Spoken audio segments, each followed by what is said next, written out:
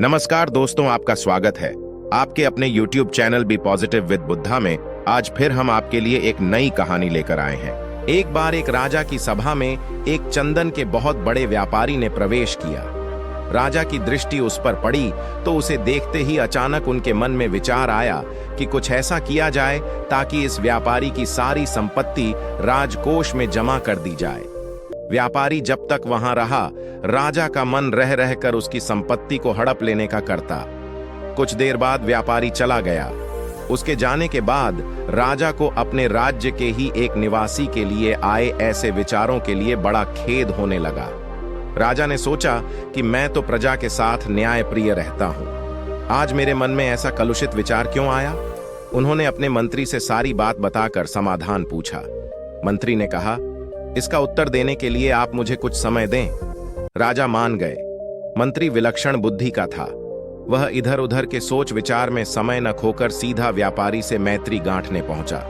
व्यापारी से मित्रता करने के बाद उसने पूछा, मित्र, तुम चिंतित क्यों हो? भारी मुनाफे वाले चंदन का व्यापार करते हो, फिर चिंता कैसी? व्यापारी बोला, मेरे पास उत्तम कोटि के चंदन का बड़ा भंडार जमा हो गया है। चंदन से भरी गाड़ियां लेकर अनेक शहरों के चक्कर लगाए पर नहीं बिक रहा है। बहुत धन इसमें फंसा पड़ा है। अब नुकसान से बचने का कोई उपाय नहीं है। व्यापारी की बातें सुनकर मंत्री ने पूछा, क्या हानि से बचने का कोई उपाय नहीं? व्यापारी हंसकर कहने लगा, अगर राजा की मृत्यु हो जाए तो उनके दाह संस्कार के लिए सारा चंदन बिक सकता है। अब तो यही अंतिम मार्ग दिखता है। व्यापारी की इस बात से मंत्री को राजा के उस प्रश्न का उत्तर मिल चुका था जो उन्होंने व्यापारी के संदर्भ में पूछा था। मंत्री ने कहा, तुम आज से प्रतिदिन राजा का भोजन पकाने के लिए 40 किलो चंदन राजरसोई भेज दिया करो, पैसे उसी समय मिल जाएंगे। व्यापारी यह सुनकर बड़ा खुश हुआ। प्रतिदिन और नकद चंदन बिक्री से तो उसकी समस्या ही दूर हो जाने वाली थी। वह मन ही मन राजा के दीर्घायु होने की कामना करने लगा ताकि राजा की रसोई के लिए चंदन लंबे समय तक बेचता रहे। एक दिन राजा अपनी सभा में बैठे थे। वह व्यापारी दोबारा राजा के दर्शनों को वहां आया। उसे देखकर राजा के मन में विचार आया कि यह कितना आकर्षक व्यक्ति है, इसे कुछ पुरस्कार स्वरूप अवश्य दिया जाना चाहिए। राजा ने मंत्री से कहा, यह व्यापारी पहली बार आया था तो उस दिन मेरे मन में कुछ बुरे भाव आए थे और मैंने तुमसे प्रश्न किया था। आज इसे देखकर मेरे मन के भाव बदल गए। इसे दूसरी बार देखकर मेरे मन में इतना परिवर्तन कैसे हो गया?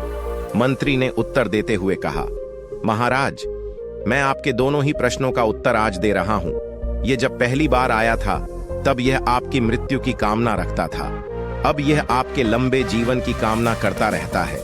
इसलिए आपके मन में इसके प्रति दो तरह की भावनाओं ने जन्म लिया है।